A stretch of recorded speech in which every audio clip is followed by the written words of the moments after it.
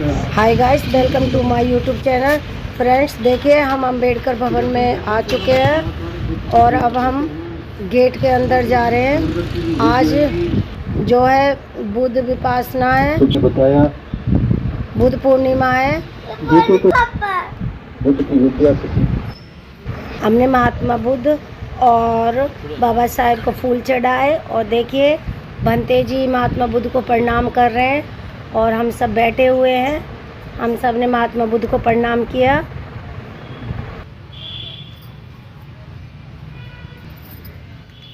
आज उनको परित्राण पाठ समस्त संसार के प्राणियों के लिए। इति पीशो भगवा अरहं सम्मा सम्बुद्धो विद्याचरण संपन्नो सुगतो लोक विद्यानोत्तरो पुरुषदम सारथी सत्वा देव मनुष्यानं बुद्धो भगवाति बुद्धं जीविति पर्यन्तं शरणं गच्छामि। एच बुद्धायतीता च एच बुद्धायनागते पचुकुपन्ना चैच बुद्धाय वदामि सर्वदा। नाथि मे शरणं अय्यां बुद्धो मे शरणं वरं तेन सच्चवज्जेन होतु मे जयमङ्गलम्। उत्तमङ्गेन वन्देऽहं पादपंशो वरोत्तमं बुद्धेयो कलितो दोषो बुद्धो कमदूतं ममं। यं किंचिरत्नं लोके विद्यति विबुधा बुद्धो रत्नं बुद्धं समन्नस्ति तस्मात्सोति भवन्तु मे। यो सन्नसिन्नो वरबोधिमूली मारं शशेनं महति विजित्वा सम्बोधयनन्तयानो लोकोत्तमो तं प्रणमामि बुद्धं। स्वाख्यातो भगवतो धम्मो सन्निधिको अकालिको इह पश्यको औपनय्यको पंचतंगं वेदितव्यो विहुति धम्म जीविति पर्यन्तं शरणं गच्छामि। एच धम्मायतीता च एच धम्मायनागते सचुकुपन्ना च एच धम्मा हिंगवदामि संपदा। नाथि मे शरणं अय्यां धम्मो मे शरणं वरं एतेन सच्चवजेन होतु मे जयमङ्गलम्। उत्तमङ्गेन वन्देऽहं धम्ममद्विदं वरं धम्मो यो कलितो दोषो धम्मो कमदूतं ममं। यां किंचिरत्नं लोके विद्यति विबुधा बुद्धो रत्नं धम्मं क्षमं नस्ति तस्मात्सोति भवन्तु मे। यो अठङ्गिको अर्यो बुद्धो जनानं मुखभवेश ओजुको विमग्गो धम्मं अय्यां शान्ति कड़ो पठितो निभ्याणिको तं प्रणमामि धम्मं। सुपटिपन्नो भगवतो सावटसंगो उजुपटिपन्नो भगवतो सावटसंगो व्याजपटिपन्नो भगवतो सावकसंगो समीपटिपन्नो भगवतो सावकसंगो यददिङ्चतारि सपुरुषगुलानि अट्ठपुरुष पुग्गिलाये स भगवतो सावकसंगो।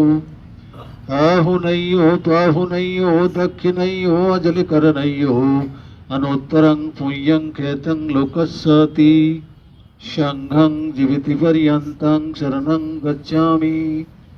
एच संघायतीता च एच संघायनागत पचुकुपन्ना च एच संघाय वदामि संपदा।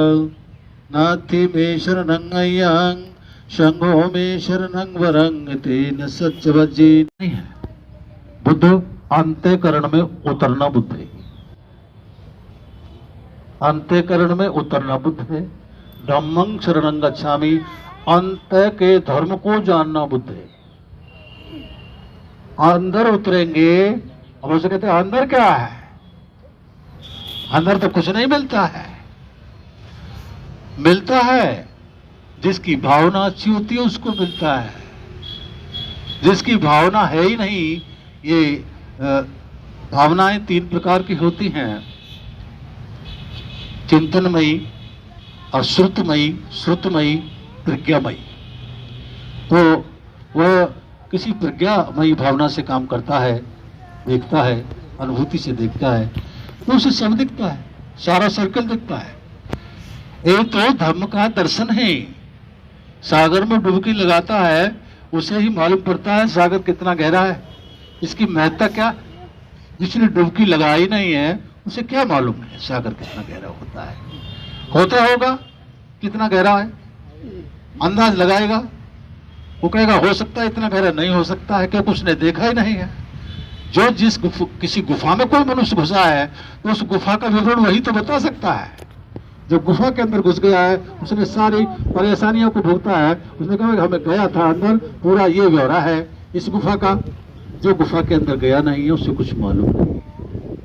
ये संसार, बुद्ध कहते हैं ये सारा संसार दुखी है और दुख का कारण है अविद्या, अज्ञानता। उसके आंख पर पट्टी पड़ी है,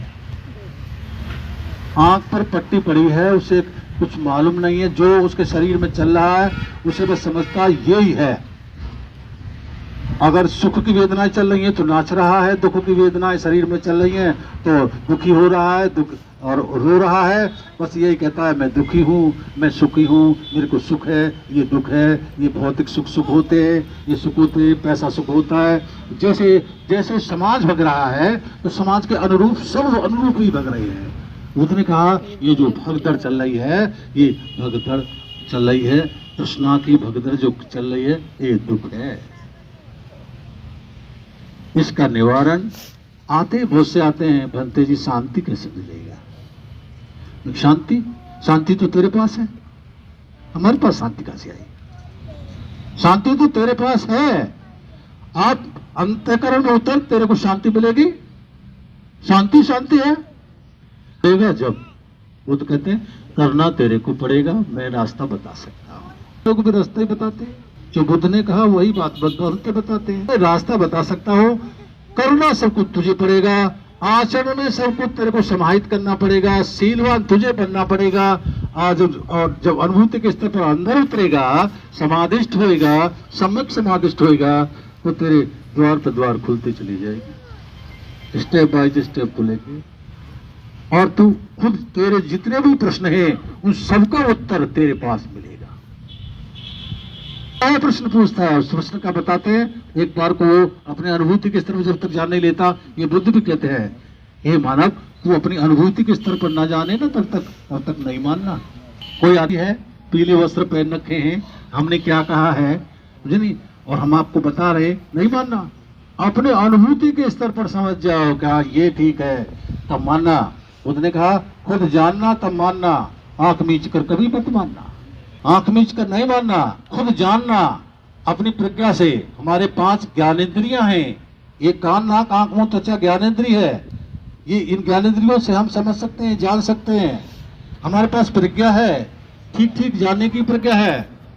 हम प्रज्ञावान हैं, शीलवान हैं, गुणवान हैं। और ये ज्ञान, ये जो 5 ज्ञानेंद्रियां, इससे हमें ज्ञान भी होता है, इससे हम समझ सकते हैं, जान सकते हैं। तो हम जब भी किसी ज्ञानेंद्रिय से देखें तो उस पर हमें चिंतनमय प्रज्ञा से काम करना चाहिए, चिंतन करना चाहिए, मंथन करना चाहिए, कहाँ तक से ठीक है। क्या है संस्कार, सिस्टम का नाम है सिस्टम। अब हमारे पास सिस्टम नहीं है, ठीक है, और हम भी पकड़ रखा है। संस्कार भी थोड़े बहुत कहीं से मिल रहे, लेकिन गैर सिस्टम के, वो कहीं से लिए जा रहे हैं, वो सिस्टम से नहीं लिए जा रहे हैं। संस्कार सिस्टम से जब दिया जाता है तो फिर उसकी बुद्धि का विकास होने लगता है। Systematic knowledge, that is known as science. क्रमबद्ध ज्ञान को विज्ञान कहते हैं। जब क्रमबद्ध संस्कार मिलेंगे, किसी धर्म के कोई पुरोहित देता है, क्रमबद्ध तरीका से देता है। जैसे मानते लोग आपको हर प्रोग्रामों के माध्यम से सीलों बताते हैं, सीलों की महत्ता को बताते हैं, संस्कार देते हैं, आगे बढ़ाते हैं, तो वो क्रमबद्ध ज्ञान दे रहे हैं, क्रमबद्ध दे रहे हैं। जब क्रमबद्ध तरीका से सीखता है तो फिर उसकी बुद्धि का विकास होने लगता है, वो धर्म को जानने लगता है, वो सत्य मार्ग की पकड़ लेता है कि यहाँ सत्य है, यहाँ मेरे को जाना चाहिए, मैं तो भटक रहा था।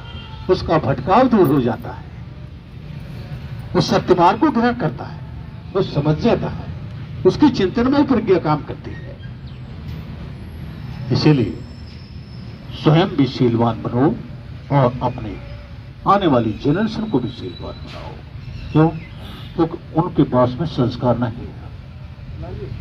जिस धर्म के पुरोहित ने संस्कार नहीं दिया है, इसलिए अपने बच्चों को संस्कार देने के लिए जो श्रेष्ठ मानव की पहचान है उन संस्कार को दीजिए, जो आगे चल कर के उसमें से खुशबू पैदा हो, उसकी ख्याति हो, उसकी पहचान बने, उसको दूर दूर तक लोग जाने समझें। क्योंकि शीलवान की महक दूर दूर तक जाती है। उसको शील देने की जरूरत नहीं है, प्रशंसा की जरूरत नहीं है, ख्याति की जरूरत नहीं है, उसकी शीलों की महक दूर दूर तक अपने आप ही चली जाती है। इसलिए स्वयं शीलवान बनिए और अपने जनरेशन को भी शीलवान बनाइए। उसके माता पिता को चिंता करने की जरूरत नहीं जिसका बच्चा शीलवान होता है। उसको खूब गहरी नींद सोए उसका माता पिता, क्योंकि उसने अपने बच्चे को तराश दिया है, तराशा है, एक मूर्ति बनाया है, सुंदर ऐसी मूर्ति बनाया है, उससे महक निकलती है इसकी शीलों की। उस बच्चे से शीलों की महक निकलती है क्योंकि माता पिता ने बचपन से लेकर उसको केवल शील की महत्ता को सिखाया है, उसके ज्ञानेंद्रियों के धर्म को बताया है, उसने बुद्ध के धर्म को बताया है, उसके आचरण को परिशुद्ध किया है। तो माता पिता को तो गहरी नींद सोए, उसको अपने बच्चे की चिंता ही नहीं है, क्योंकि उसने उस मूर्ति को तराश दिया है। हर माता पिता तरसता है, अपने बच्चे को अच्छा बनाना चाहता है, नेक बनाना चाहता है, शीलवान बनाना चाहता है, प्रज्ञावान बनाना चाहता है, ज्ञानवान बनाना चाहता है। कसर माता पिता कोई छोड़ता नहीं है। क्रमबद्ध रूप से सिस्टमेटिक तरीका से अगर उसको ज्ञान दिया जाए, सिस्टमेटिक तरीका से उसको संस्कार दिया जाए तो और अच्छा हो सकता है। जितना सोच रखा है उससे भी अच्छा हो सकता है। तो जो साधना है, साधना के माध्यम से अगर बच्चे को थोड़ी साधना का थोड़ा अभ्यास करा दिया जाए, और साधना से तो हमारे बच्चे कोसों दूर है, हम भी कोसों दूर है, बच्चे की तो दूर की बात है। अगर थोड़ी सी उसको साधना की बेनिफिट बताई जाए कि बच्चे लोग देखिए साधना से ये प्रॉफिट हो सकता है, ये लाभ हो सकता है, आपके 100 में से 100 मार्क्स हो सकते हैं, 100 में से 100 नंबर आ सकते हैं। कि कैसे आएंगे? अरे तो 100 में से 100 नंबर सीधे आएंगे, ऐसे आएंगे। देख तेरा जो मन है, तेरा जो माइंड है वो कंप्यूटर है। अब कंप्यूटर में वायरस आ गए हैं, अब वायरस जब से निकालेगा वायरस को, तभी तो उसकी जब जो बटन दबाएगा फाइल काम करेगी, फाइल निकल के आएगी। इसीलिए इस कंप्यूटर के वायरस को निकालने का तरीका है बेटा साधना। तेरे अंदर लेजीपन आ रहा है बेटा, तू सोता ज्यादा है, लेजीपन तेरे पास सबसे ज्यादा है, तू पढ़ता कम है, तेरी भूलने की आदत होती है, जो तू याद करता है उसे भूल जाता है, तेरी लर्निंग पावर कम हो गई है। तो बेटा तेरी लर्निंग पावर साधना से बढ़ सकती है, कैपेसिटी पावर साधना से बढ़ सकती है, तेरी काम करने की क्षमता साधना से बढ़ सकती है, तेरे मन के वायरस साधना से दूर हो सकते हैं। जब तेरे मन के वायरस साधना से दूर हो जाएंगे तो जितना तू अपने मन से याद करेगा इस माइंड में, वो बिल्कुल टैप होगा और एग्जाम में बटन दबाएगा, लाइन टू लाइन निकाल देगा, लाइन निकाल देगा। लेकिन हमारे बच्चे इस साधना को पतना हुआ समझ बैठे, उपासक भी हुआ समझ बैठे कि पतना साधना का आंख बीच के बैठा लेंगे बनते जी हमको। ये आप ही का धर्म है, आपके धर्म को आप ही को जानने के लिए साधना कराया जाता है कि आप अपने को जान जाए। भंते की शरण में नहीं आना है। बुद्ध ने कहा मेरी शरण आने की जरूरत नहीं, भंते कहते हमारी शरण आने की जरूरत नहीं। अरे तुम अपनी शरण चले जाओ, अपनी शरण जाकर अपने को जान लो, अपने को पहचान लो, अपने बच्चों को भी वो हैबिट डाल दो जिससे विद्वान बने, ज्ञानी बने, ज्ञानी बने। ये माइंड के वायरस से जो निकल जाए। आजकल बच्चों की जो गतिविधि को हम देख रहे हैं कि थोड़ी देर में बच्चे ना, थोड़ी देर में बच्चों के मूवमेंट को हम देखते हैं, नाराजगी को देखते हैं, क्या होती है?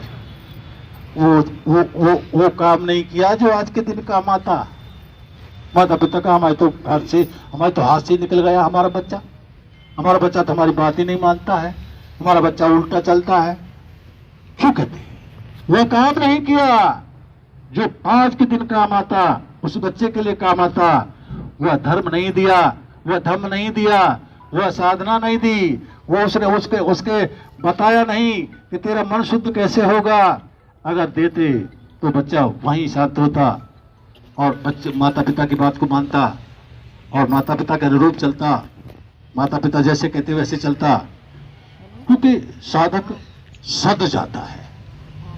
तो बच्चा सदा हुआ होता, डिसिप्लिन में होता, अनुशासन में होता, उसका चित्त अनुशासन में होता।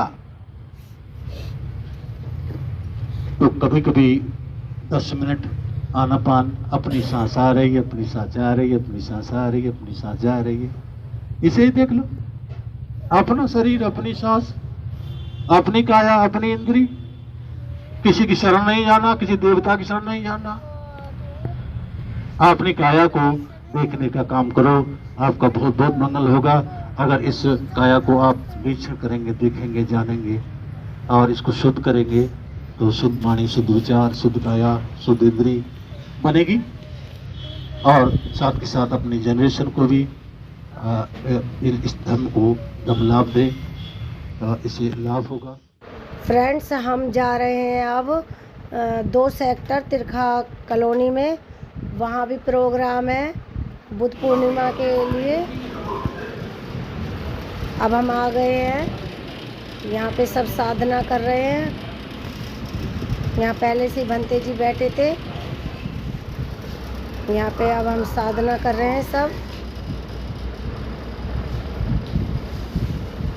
सबने साधना शुरू कर दी है।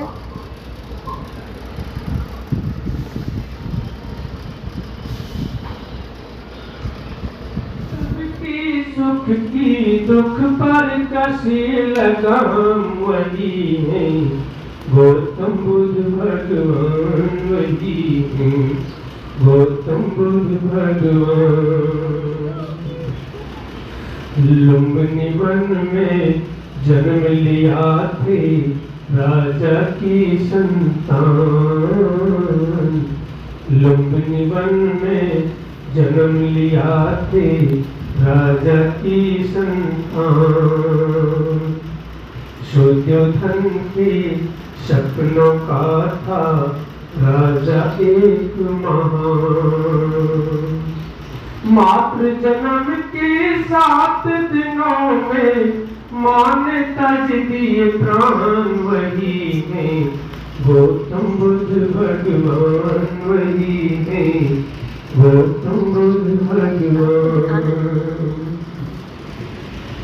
सभी को दुखी देख से दारथ रहते थे परेशान, सभी को दुखी देख से दारथ रहते थे परेशान। महामाया का सपना सोध्यो धन ने रखा ध्यान। मनमोहनी को परियां भेजी हुई सभी नाकाम वही है, गौतम बुद्ध भगवान वही है, गौतम बुद्ध भगवान। बोधि वृक्ष गया मैं देखा जहाँ किया था ध्यान, बोधि वृक्ष गया मैं देखा जहाँ किया था ध्यान। कठिन तपस्या करने पर हुआ सच्चाई का ज्ञान। अपने तेज से शीतल कर दिया डाकू अमली मान वही है, गौतम बुद्ध भगवान वही है, गौतम बुद्ध भगवान। उनके सामने टिकाण वेदान, सभी ने उनके धम्म को माना सच्चा और बेज्ञान। तुल्य राम बुद्ध धम्म पर चल गया, उसका हुआ कल्याण वही है, गौतम बुद्ध भगवान वही है, गौतम बुद्ध भगवान। करीब पश्ना सबके सुख की दुख पर कसे लगाम वही है, गौतम बुद्ध भगवान वही है, गौतम बुद्ध भगवान।